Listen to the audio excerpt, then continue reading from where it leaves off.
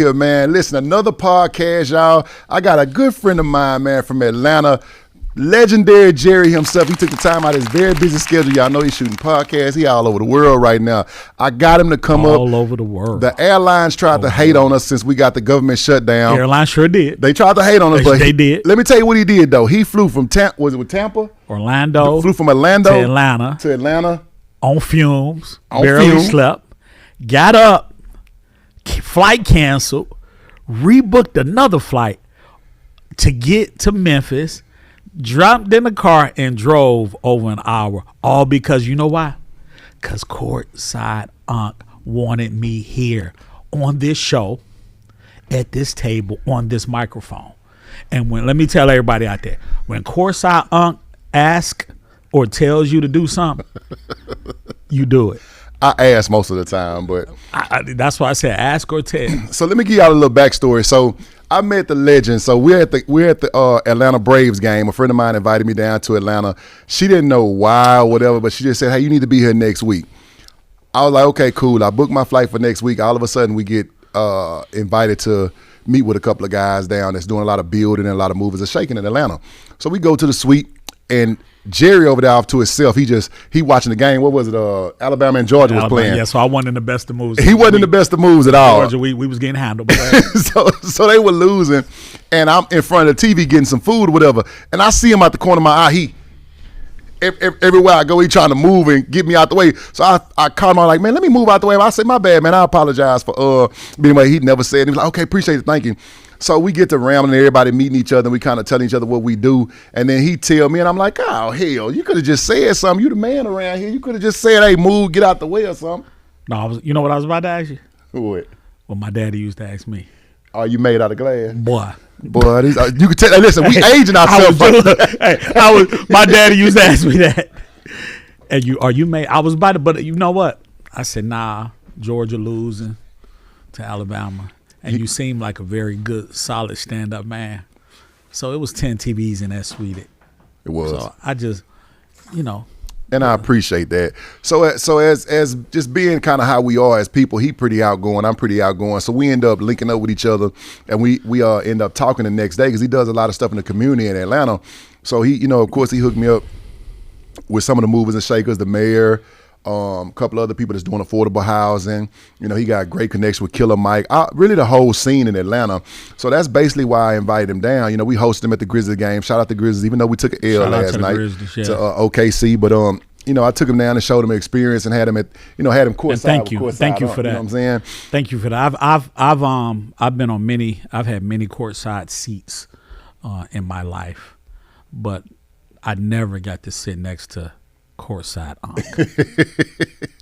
in the city of Memphis, where it all started for the Clarks, because that's where my daddy, his family, born and raised in Memphis, Tennessee.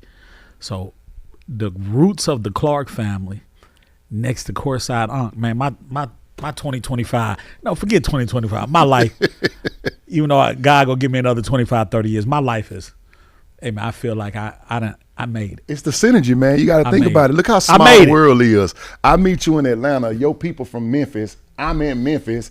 Like, it's just, we in Jonesboro, but, we always in Memphis. So I got a chance to show them the Prime Global Group Club. What you think about that? That was incredible. It was, like I told you when we were there, how proud I am of you and what you and your business partners are doing. To walk in and see that logo on the wall and to see what you are doing at that arena with the placement and everything and just what you're doing, even what I've seen here. It's, we talk trash, we joke a lot, but that was really something. When I walked in there, it motivated me. I didn't tell you that, but I'm telling you that now. To see what you all are doing, you, Candace, and your partners, just to see that. It definitely motivated me in a different way. And I just want to tell you, I told you last night, but I'm going to tell you again, congrats on that. Thank you. I appreciate that. That was dope. The lounge is basically we partnered with the Grizzlies, and we did that because we're able to do so much in the city of Memphis. We're going to get that footprint in Memphis and also in Atlanta. That's what was so important. That's why it's so important for me to link up with people that are actually doing something, not people that are talking or acting like they are, but people that are actually in the city, you know, and actually have a footprint there, and they are willing to help other people. It's not just about financial means, which, you know, money is definitely important, but we want to show people and give them inspiration on that they can. You don't have to be an athlete. You don't have to have a jump shot. You don't have to be able to catch a ball, kick a ball in order to be wealthy. You know, and that's just kind of what Prime Global is. We teach financial literacy along with showing you how to really, really get all of your money to stay inside your own ecosystem. Mm-hmm. You know, that's what he loved when he walked in the store today. He was like, oh, this your stuff, this your stuff. Everywhere we went, I seen this window because I took him around to see some of the building that we're doing. And that's the whole thing. We want to create our own ecosystem, just like everybody else does. Mm-hmm. So Jerry. And you all are doing a great job of it, man. Thank you. We appreciate it. Great job, man. You know, you said something earlier about just how we came together. When God aligns things, when the frequency is right, that's how it comes. That's how this comes together. Right. That's how you got legendary Jerry and courtside sitting at the table. Even though we're about to discuss just life, my life, my journey, but when it's all aligned by God and our frequencies was right. Even though I wanted to slap the taste out of you because you kept jumping in front of the game, but I didn't. I did. So I just, you know what I mean? My team was losing. You jumping all in front of the TV. I said, you know what? It's cool. Man, now look at us, though. Listen, I can understand how you feel because that's how I be about the Grizzlies. Because you know, last night they stunk it up. Well, not the first quarter. The first half we were doing good. The second half we couldn't hit the side of an 18-wheeler. But it's all right. It's early in the season, and y'all know I'm gonna rock with my Grizzlies regardless. But I understand how you feel because that's how I be. Because y'all know I be recording, and y'all know of course T gonna jump up in front of there and talk noise, and so I be having to kind of angle my stuff. So Shout if out you're my guy T. frustrated with the Grizzlies, imagine me being in Atlanta and a Falcons fan. Man. Mess around, start crying, man. You don't know what frustration is, bro. We coming up there when the Grizzlies play Atlanta, man. So come on, you know, Jared he hosted me the day after, or whatever, and we had a very good time. He had me. We were all joking aside at the bar for till what time? To about 3 for real. Yeah, we was yeah. He brought one of his guys who is a very smart young man. So you know, shout out my guy. He's very smart. So we're gonna be doing some business. And also we had, you know, a lot of builders from Atlanta was there too. So we definitely finna get that footprint. I'm gonna go and put it in existence. I'm gonna do everything. Yeah, talking into existence because I'm gonna do everything I can to you know, connect the dots. Yeah, that we want to be by June of 2026. We want to have a substantial footprint in the city of Memphis and the city of Atlanta. And I think we got Atlanta, not just the city, but all in some surrounding areas. Yeah, Metro Atlanta for sure, especially South Fulton. Shout out South Fulton. Shout out down, you know, Atlanta. We're gonna be everywhere. So again, Jared, what got you into music? That's what I want to know because that's really your background. You killing the podcast game right now, but you had a big footprint in the Atlanta music scene. Let's tell us about that. How you get into that? I had 2 family members that were in the music business. One in particular, the late great Mr. Stanley Bethel. He was my uncle / mentor. He had been in the music industry for years. So I used to shadow him, go to different conferences, the Jack the Rapper convention, different things like that. And my interest started, you know, gaining momentum. And he told me this right after high school when I was really talking seriously about going into the music business. He said, Jerry, you got a gift that only 5 to 10% of people on this planet has. When you walk in a room, people gravitate toward you. They want to know what you're talking about. You just have that. You have that it factor. He said, so these are the things that you can do. You can be a pimp. You can be a preacher. You can go into politics.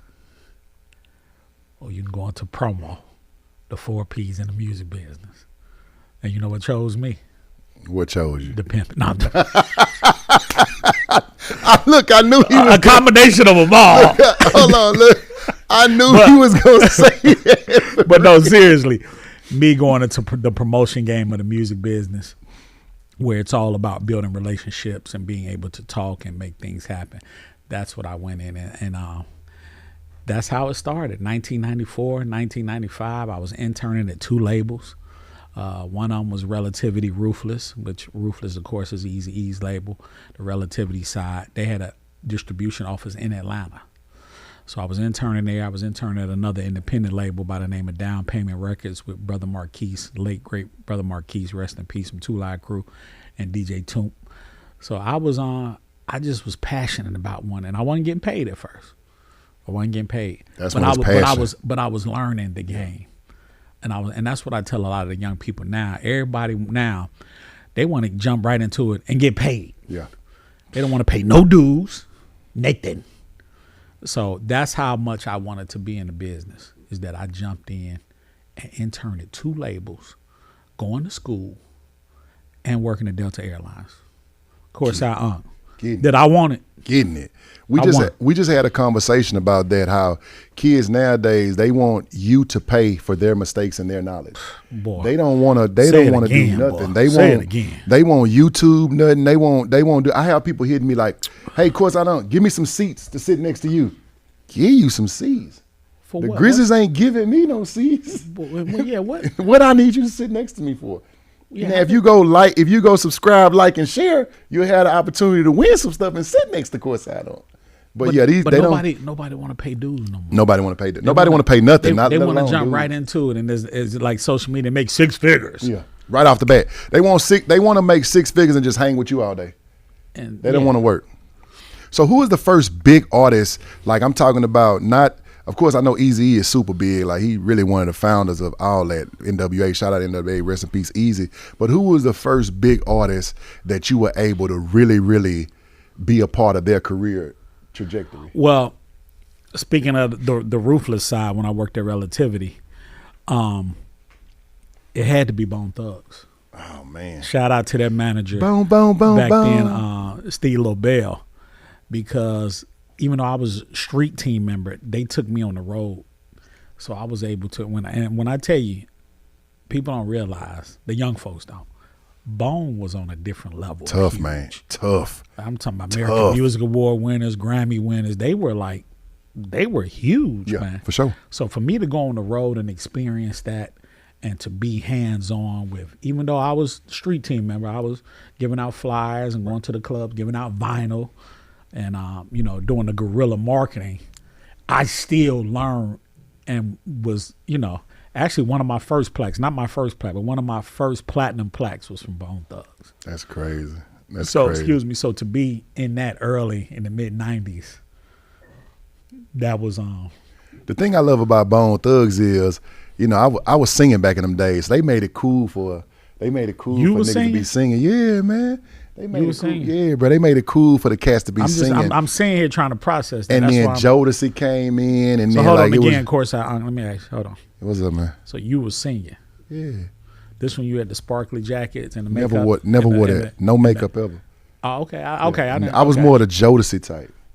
Diary of a Mad Band. You know what I'm talking about? That's when it really started. You know what I'm saying? Okay. I'm just trying to process the fact. Okay, we don't need bro. We don't, bro. I trust you that you sang. I trust you. You don't need it. No, I don't need it. I thought maybe you could hook me up something. You got some. No, trust me, bro. With what you're doing. Hey, y'all see legendary Jerry hating on me. That ain't no hate, man. You see, it ain't hate, man. I'm just trying to help you. Okay. All right. Continue on the path that you on, brother. All right, man. I appreciate that. Appreciate. Okay, so Bone Thugs was the first group that you really got to go on tour with. People don't understand what go on during the tours. They get to see a little bit, but they don't get to see a whole lot of what goes on. How much scrap metal did you get? A lot. for those that don't know what scrap metal is. Man, I was like amazed if somebody on the low end of the totem pole was coming up, but that's how big they were. Yeah, just for a chance. Every hotel that we stayed in, they want to know. Waiting out their way. They want to know. Sitting out their way, and they can't have them all. They sure can. They can have 5, 6, 7, but it's 700. Man, out there. And that scrap metal. Sometimes you got to get the scrap metal. Scrap metal, man. I mean, I'm a square. I'm a quiet square, so I don't really know too much about that. But I heard. He heard, y'all. He heard. I heard. So listen, Yes, sir. you got a chance to work with Bone Thugs. They were from Cali, right? Cleveland. Cleveland, yeah, Cleveland. How did you end up connecting with them? Like, I did they worked come at to the Atlanta? label. No, yeah, their manager, he saw the work that I was putting in Atlanta, because Atlanta was, I think it was the #1 market. Atlanta and Cleveland were their two biggest markets, and I was the street team guy. I was the guerrilla marketing guy. I was the guy pushing buttons and making it happen, and he noticed that. So it was a time, like I said, I had to maneuver with a lot of different artists on the label, Right. and as I grow with other labels doing street team work. But Steve LaBelle, again, shout out to him. He recognized and saw the work that I was putting in, and he was like, "Hey man, I'm gonna take you." What was your next step up after that? Because you basically interned and street teaming. So after you showed all that, you went on tour and everything. What was the next step? What was the gradual? My name just started really resonating in the industry. As with any industry, when people hear about a person that's putting in the work and making things happen, your name and your cachet starts growing, and that's what happened with mine. My reputation started really getting there where other labels start reaching out. So a few years later, I got a job. I was a marketing rep for EMI Virgin Capital.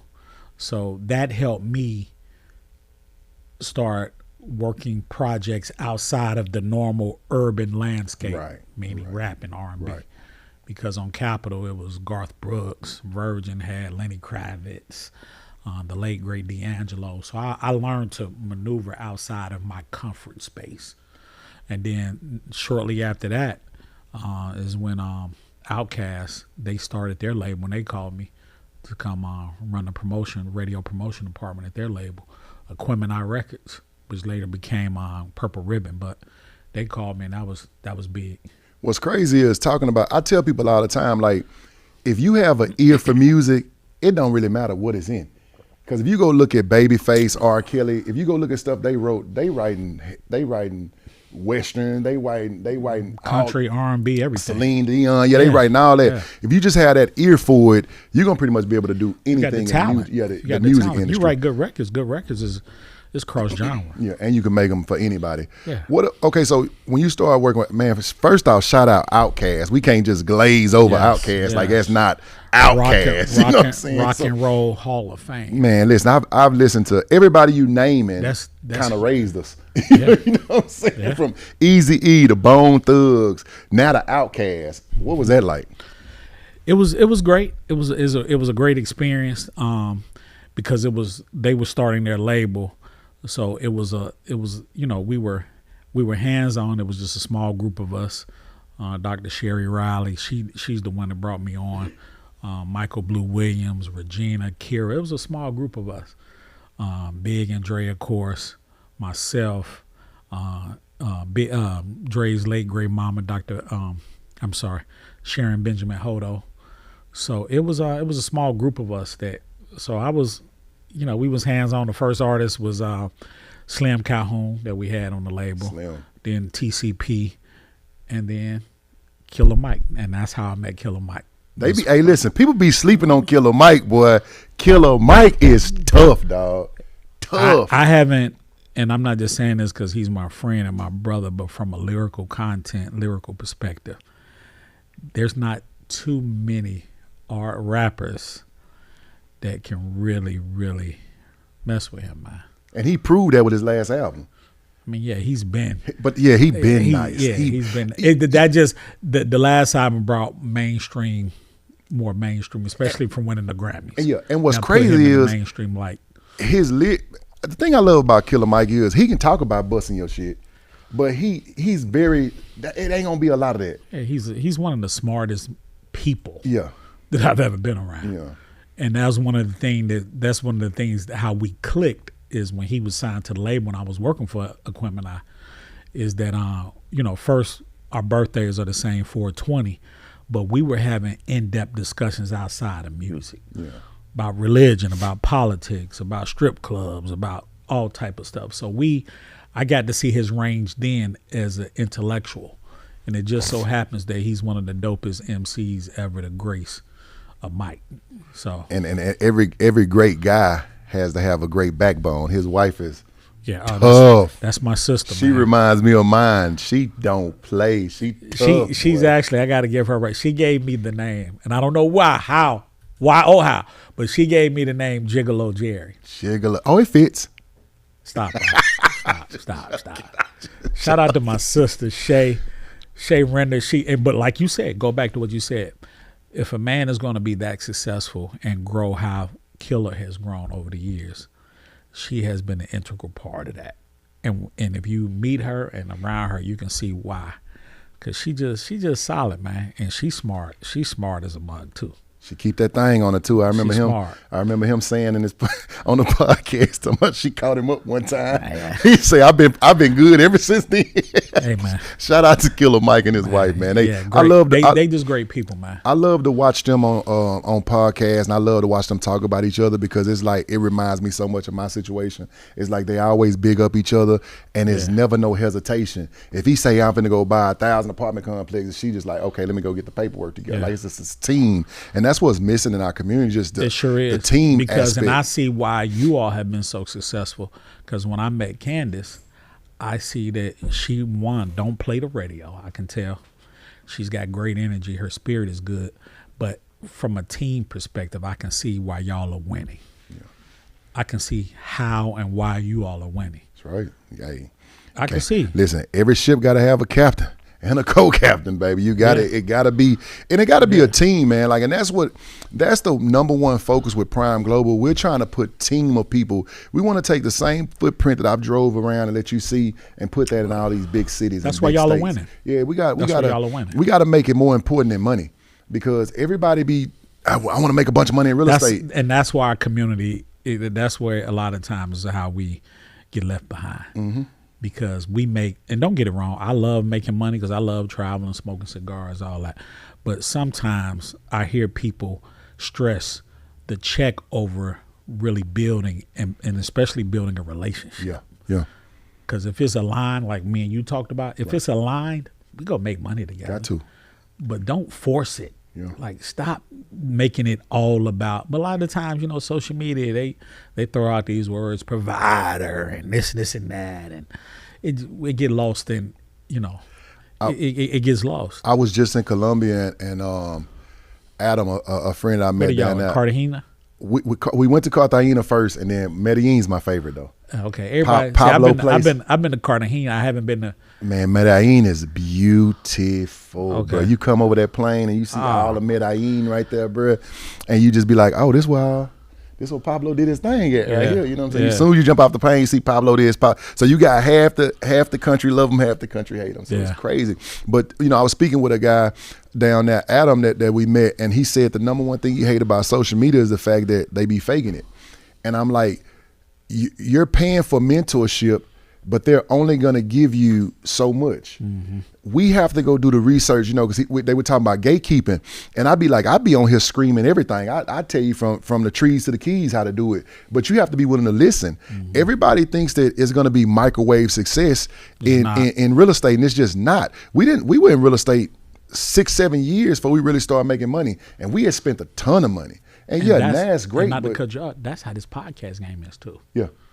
People think if you talk to anybody from the Drink Champs to anybody, they'll tell you how long it took to monetize this platform. Yeah. And I think what you're doing with Course I think you're going to monetize it quicker. Right. We're putting it out there. But the good thing is I had so many people to show me the way. And that's just like with your podcast. I love to go look at your podcast because you get to talk to people that everybody know and love, but you get to get like the inside. I was watching the Bubba Sparks. Mm-hmm. You know what I'm saying? I was like, dang, I remember when he first came out. But some of the stuff y'all would talk, definitely go check out Jerry's show. Story time with legendary Jerry. What it get to? Story time with the legendary Jerry. And if you go on YouTube, if you want me to plug it, I'm gonna plug it now, pimp. All the way. Yeah, hold on. Let me sip some. Hold on. Anyway, let him sip it. He gonna plug it. Let me sip some water. But I love his podcast because he got all the intimate secrets, like all the stuff you don't know about, and they don't really tell. They tell him because he in the clique, so they tell him, "Go on, plug that show." Yeah, it's all personal. Like I like for my guests to feel comfortable, and I'm not gonna ask them no questions that's gonna make them feel like. But when we're talking about it, they feel comfortable enough with me to talk about certain things. Right. But I'm not just gonna throw nobody on the bus to try to go viral for clicks. I'm not doing that. Me neither. Because I respect my relationship with those people. Facts. So That's everybody's big. been on, like it's like we're just having a conversation Right. amongst friends. Right. You know, so but it is, if you're on YouTube, Legendary Jerry Clark is my channel. Is this my camera right here? I want to make sure. This my camera? That's your camera. This is my camera. That's your camera right there. Story time with the Legendary Jerry. The channel is, you see I had to pause to make sure, Legendary Jerry Clark on YouTube. But anyway, that's enough for me. Back to courtside on. But Going back to courtside on. But the good thing is, like I tell you, I think we are gonna go fast because like our TikTok is crazy. But just the little game and nuggets you gave me when we were sitting there having breakfast, you're like, hey, do this on your page, do this on your podcast, do this, do that. And it's like so many people, I'm an open book. And I tell people all the time, let's take the trust out of it. Let's just be transparent. If we transparent with each other, that's automatic trust. Yeah. So that's the thing I be trying to get everybody to understand. It ain't that nobody's gatekeeping. It's just the fact you got to pick up on certain stuff while people are saying it. People don't have time to train you for free. You get what I'm saying? So like, of course, if you don't pay for their whole course, you're not gonna get the whole situation. But also, while you're paying for that course and that mentorship, you have to go do your extra research. When I got my pilot license, I hadn't even tapped into the class yet because I was flying, I was on YouTube, and I was doing everything. And she was like, have you took your classes? I was like, what you mean? And when she went to rest, she said, you haven't been on here none. How you fly so good? I was like, YouTube. Wow. She like, you out of your mind. She like, you're one of my best students and you learned off of YouTube. I was like, yeah, YouTube. Shout out Kirby, man. Shout out Kirby teaching me how to fly. Yeah, so yeah, man, you gotta ain't no gatekeeping. Yeah, because anything that you have with what you're doing with Courtside Unc, which is a great platform, my 7-8 years of a lot of failures, a lot of blowing money, I'm gonna make sure you avoid those same pitfalls. Yeah. Because that's just what we're supposed to do. Facts. Same thing with real estate here. That's I got what we're you. supposed to do. Yep. I'm not gonna gatekeep like, nah, you gotta learn how to get it how you get it. Yeah. Nah, man, I'm not doing that, bro. Yeah. If there's certain things that I can help you avoid, I'm gonna do it. You ain't gotta pay me for that. That's just real. That's just Send me real. a couple cigars and a bottle of Tito's. Yeah, speaking of that, since he's a cigar aficionado. And I wouldn't say that. Yeah, listen, that might be in my bio, but I'm not. I just like to smoke a good Well, what's your Cohiba. I like a good Cohiba. Okay. I like a good Cohiba. Okay, cool. We You know went to Columbia, you ain't bring nothing back. I didn't, bro. I didn't. The crazy part is, shout out Action Black, man, Sebastian and Oscar, man, the people that own Action Black that actually hosted us. This was one of the best times I ever had. Shout out to LaVon for inviting us. My lawyer, she had her 40th birthday party over there. Man, they had a Michael Jackson impersonator. They did the whole Thriller. Wow. They had one of the biggest artists in Colombia, which is their artist on their record label. He performed live. They had like 5 or 6 different performers. They shut the whole restaurant down for us. We had big. the whole How long restaurant. were you there? 5 days. Okay. Yeah, 5 days. And I seen, man. So they're building, and they have factories in China and Malaysia that build material too. So we doing some deals now. But they barter their material. Let's say a dude doing the whole skyrise, right? They'll give him all the material for the skyrise for like 4 floors. Wow. And they make their money Airbnb and renting out the floors. Like they are so smart, it's ridiculous. You know what I'm saying? So shout out to Medellin. Medellin is my favorite. I gotta go there. I've been to Cartagena. We need to go. I know. Listen, my camera. I know the guys to call. I know who to call for us to have a good time in Medellin for sure. Wait, and I know you say good time. Good time. Well, your good time and my good time may be a little different. You was in the rock and roll. You was in the rock and roll and all that, so it may be a little different. But yes, though. Okay. Because guess what? We had some people like you there. I want to have a good time. Yeah, what yeah. What you mean, like me? That like the party and stuff. See, I'm old. I go to bed like 9. Me too. Maybe not 9. Yeah. But I'm not old. 9 a.m. I'm talking about 9 p.m. But I'm old though. Okay. Yeah, but I got a young spirit. We though. could take care of you. We can take care of you. there you The thing is, they put us in one of their houses. It was like 8-9 bedrooms, and they had a whole party room that was soundproofed off in the back with a pole. They get your pole in there. That's what I want to experience. Okay, I got you. You know, we're going back in March, I think. Let's go. Yeah, we're going back in March. And the flights are cheap.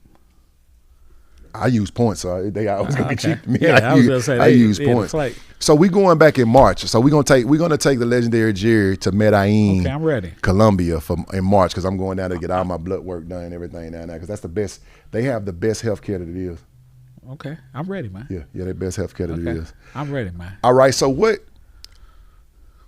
in Atlanta, killing it with the music and everything. What was your takeoff moment? Like when it was like, okay, Jerry running shit now. Like he run Atlanta now. I never. Stop being modest, dog. Yeah, I don't run Atlanta, but I've definitely had a lot of influence. I want to say I run it. I'm not gonna say that because there's too many great people in this city that have come up with me. That's true. Behind the scenes, that have done just as much, if not more, to really make Atlanta where we are the hub of the culture. Facts. Like it says, Atlanta influences everything. Like it's been It's been like that a long time, though. Yeah, that ain't just start. Yeah, it did. They just put it in the airport. Yeah, but because from the music side, we really ran the music game for at least 25 years. Yeah, for sure. Last year they celebrated 50 years of hip hop. 25 for sure. We run it for 25. For sure. But that just goes into there are several people like myself but I've had a lot of moments that I've had a lot of great moments, some that I could talk about, some that I can't. But just give me one of your what? Man, we did that moments that you can talk about. I remember when Young Jeezy was banned from all the Radio 1 radio stations because his affiliation with BMF and something that happened with them, and to be able to have my hands in getting that ban lifted, getting the Jeezy Snowman ban. Can't ban the Snowman. Yeah, to get that lifted, that was a very proud moment. Bruh, I was in Jonesboro to be able to assist with that with the other people in play. I was in Jonesboro when I heard that I'm the realest nigga in it. You already know, bruh. That turned the whole world upside down. Not just you talking about a little hole in the walls. When I had clubs at that time. Yeah, man, we played that shit. Yeah, he's definitely. Boy, he started over that. I don't ever think it'll be another street anthem like that. That boy was tough. Like Atlanta, tough, and the tough. thing is, we've had some artists. Like I just look back on my career and the artists that I've had. Like I mentioned, working with Outkast at their label, and just all the artists from Tip to Pastor Troy to. We've had Atlanta. We've had Pastor Troy don't get his due either, though, man. He don't, man. He don't get his due, man. I got a belt. Young Jock. Like we've had some artists. I got a belt being made right now. What, like the WWE? Yeah, bro. Oh man, that's Troy. Don't do that. No, it's of course I don't. It's of course I don't okay, belt. Yeah, it's okay, of course I don't okay, belt. No, it's okay. not. No, it's of course I don't belt. Okay. But yes, Pastor Troy we used to listen to that every football game. Yeah. My nigga, ain't no more playing. Yeah, that we ready. Every football game we played. And listen to what we're saying and what we're talking about. We're talking about artists from Atlanta, and we're talking about all in these 25 plus years that we've been running. Troy, Jock, Gucci, man, Jeezy, Tip, Outkast, Killer, Shout it low. Goody Mob. I mean, even to go back with JD and Criss Cross and Dallas Austin with ABC, like we. Shout it low. I think I ain't RP my guy too. I ain't gonna even lie. I think Jermaine Dupri is probably top 5 producers, bro. Easily. I'm talking about every genre of music. Definitely. Here's what a lot of people don't realize. They know about his production as a songwriter. His pen, as a songwriter. Yeah. Oh, JD he tough. Yeah, man. think about everybody he's wrote for. From like you said, from Mariah ABC, another bad creation, all the way to that was Dallas Austin. Okay, but JD, I mean, you got to. I meant Bow Wow. Yeah, you think about from a songwriting perspective. Man, come on, man. Usher, JD ain't no joke now. Bro, we went to the Usher concert in his residency in Vegas, and I went 3 times. Listen, man, my wife acted a plumb damn fool with this dude, man. Now, let me say this. Of course, let me ask you a question, because how you answer this, I'm gonna get up and walk up out of here. Come on with it. Now I know he didn't really do the cherry thing out there, and Vegas. in Vegas. Uh-huh. But if she would have went to a show when he was on tour, would she had let him drop the cherry in her mouth? Would she have been She putting ain't her doing mouth all up in? She ain't doing none of that type. You sure? I'm positive. She did about as much as she gonna do. Okay. My wife, we don't hide nothing, bro. She ain't get no cherry dropped in her mouth. Nah, we ain't doing no cherries. Now listen, you ain't listen. Let me tell you what she wanted. Now this is no bullshit. Would you have been? Anyway. Of course, side up would have been fighting trying to get a cherry dropped in their mouth. Anyway, I don't want nothing no grown man can hand me besides right. some money. Yeah, look, that's right. Or some plans. He can hand me some plans. This is like going to the hibachi spot and the cat gets, man, boy, you ain't throwing no shrimp or nothing, So man. Usher was literally like from me to you singing to her, and a friend of mine was there. He was like, "You just gonna let?" I'm like, Let Usher. I could care. This is her moment. I don't care nothing about bro. that. And she wanted them damn Usher bucks, bro. Like, come on, He's man. He's singing for me. Right. I went back and opened the panoramic windows and canned the shit out of her ass. So I'm go sure. right ahead, Usher, sing. Tried to take it through the headboard. through the bulletproof. Through the glass. Hey, Jerry. Usher helped you. But these cats, I'm Usher singing to you. Hey, man, come on, man. They too insecure. And then and then we went to the after party and listen, bro. She snuck her Hennessy bottle into the after party, bro. God dog. What kind of Houston shit is that? That's exactly what it was. God Houston dog. shit. What kind and of we had a third ward. Let me tell you what the thing is.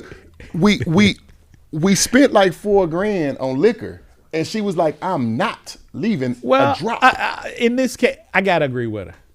Yeah, because that's a lot of money spent on some liquor. Bro, we was tripping. We spent a lot. But it was worth it. I wanted to give him a tip. I'm not going to lie. Let me tell you something. I went to 3 of the shows out in Vegas. And I came back and I told people, I've been to a lot of shows in my life. But Usher put on a show. That nigga different. Like, of course, every time I see Stevie Wonder, which has been only a couple times. Rest in peace, Frankie Beverly Mays. Mm-hmm. Those shows always. But when I saw those Usher, and I told him when we was at the after party backstage, he put on a show, man. And I saw it 3 times, and each time I was more impressed. Telling you, the dude take you from Confessions to the strip club. And I told him too. I said, I forgot how many hits he have. You really and then forget. there was some that was left out. And the hits he's singing make you think about the ones that were left out because they be like spin-offs. Then when you leave and you get in the room, you be like, dog, he didn't do this. He didn't. And you think, you like, damn, that was 4 hours. Of straight hits. How many artists can do that, man? How many artists can like 10. YouTube and people like that, like 10. They can pull that off. But not only pull it off though, bro, sound like that pulling it off. Because it wasn't no voiceovers. It wasn't no. You know what I like about it too, bro. That boy acapella some shit. He jumped in the stage and was singing acapella, bro. And you know sounded like me out there. And of course, you know what I like about it. And he said he brought the A to Vegas. Because that was an Atlanta show, bro, with the Magic City pole and all that. He brought the Atlanta culture to Vegas, and you felt like you was in Atlanta, bro. Dude, listen to me, dog. I'm telling you, the dude went from Magic City to the roller skating.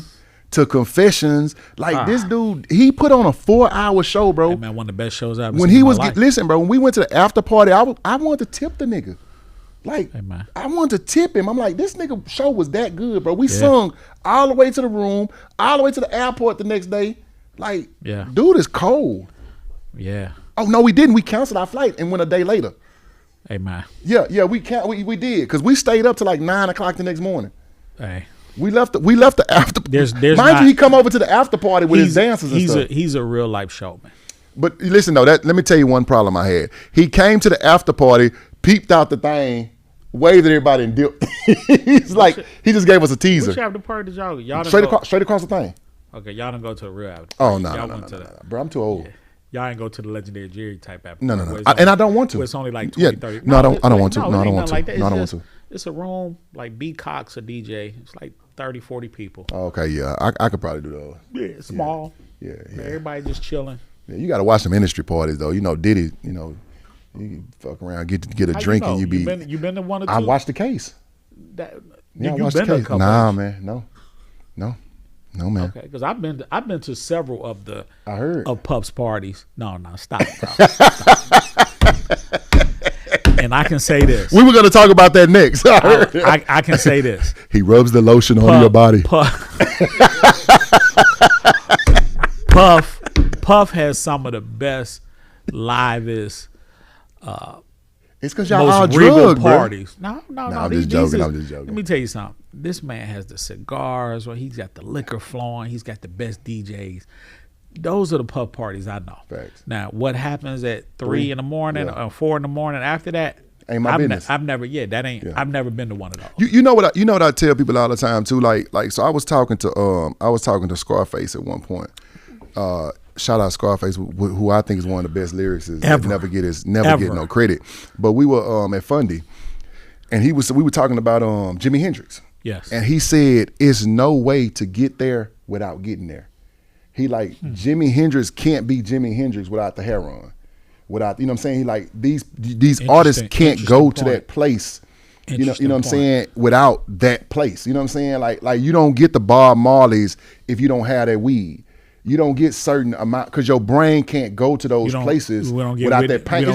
It's just like when a woman. I think we would have got Whitney Houston with or without. Whitney's. It's like when people talk about LeBron or Jordan. I'd be like, it ain't even.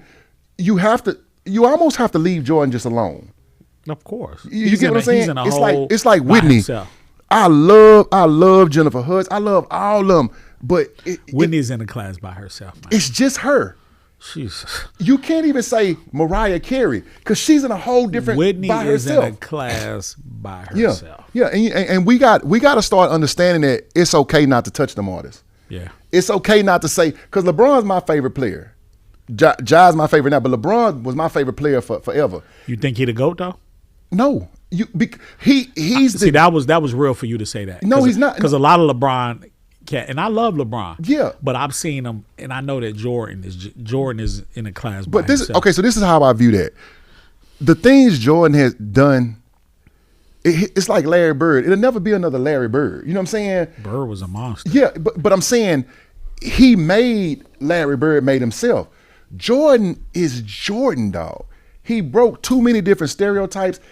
When he got there, he won it every single time. Never went to a 7th game. Like, it's just too much stuff. He's a dog. And you got to just lead him up here on a tier by themselves. Yeah, when you look at a body of work, it's not just about longevity. I don't know how we got on this, but it's not just about longevity because what LeBron is doing is amazing. Yeah. It'll never be done again. The way he's playing at a high level at his age. But you look at Jordan with the scoring titles, Defensive Player of the Year. Like, it's just... this MVPs, and he did it in like they say 13 years, but one of them years, half the year he came back from retirement. Another year he got hurt. Right. So you look at 11 and a half years of 6 rings. And I mean, of course you can't never, but like look at the scoring titles. Look at the MVPs, Defensive Player of the Year. I honestly think that Kobe's the closest thing to Jordan. Man, Kobe. Yeah, I'm glad you saying. I think that's the closest thing to Jordan. Because if I say that to LeBron, folks, they get mad. No, LeBron is by far. I love him more than I love Jordan. All of them, but I know the real. You got to be transparent, bro. What he's done will never be done again. Never. And he is a GOAT. Yeah. But basketball. You know what else I really love about LeBron? Is off the court. He stands on. Bro. Yeah, he stands business. On. Sir, he stands on things that a lot of athletes of his stature would. They'd be like, "Sure, I'm making my money. Yeah, I'm not touching that." And he's LeBron so big. To jump out and stand on something. And he's so big, you can't cancel him. Yeah, you get what I'm saying? Like that's what I really like about the young brother. Yeah, that's what I like. Have you ever had a chance to work with Beyonce? Never. Gosh, she like the Diana Ross. Never. I've been out. I've been at a couple parties and dinners. I know we was at one dinner in New York. They shut the restaurant down. It was me, the late great Shakir Stewart, Lenny S., Savannah and LeBron, Jay-Z and Beyonce, L.A. Reid. It was a nice dinner we had. It was probably about 30 of us. Man, the stories in that boy. It was some power players in that room. If I could be a fly on the wall. It wasn't no phones, no cameras. You can't bring that. Yeah, you can't bring none of that out. Yeah, so it was, and that's you don't even have. That's the thing I be trying to tell people. And I didn't even realize, not to cut you off, course out. I didn't even realize. You know how when you're in it, you don't realize that's special. But then later you'd be like, dog, the people in that room was like really Tough. real power players. And the thing is, it was like normalcy. Everybody, it wasn't no like stuck up, everybody kicking it, laughing. Jay, Beyonce, Savannah, LeBron, everybody. Jay-Z is probably my favorite hustler. Between him and Puffy, despite what Puffy going through right now, you can't maneuver like them dudes maneuver in a whole different arena, bro. And what people fail to realize is, it's just like here now. I'm in Jonesboro, Arkansas, and we have to move a certain way. Yeah. Sometimes you have to flex your muscles. Yeah. You can't always cower down, but you can't always turn the other cheek. You know what I'm saying? And I tell people, like, you hear the Jay-Z stories, you hear the Diddy stories, but like, you gotta understand, these cats are self-made billionaire. Billion with a B. Yeah, man. Shit so different. You gotta look at you gotta look at certain things that they sacrifice and how they move, and like these cats, you gotta give them some props on how they got to. Puff, 50 Ye. 50 is him. Stunner, Baby, and Slim. Like, come on, man.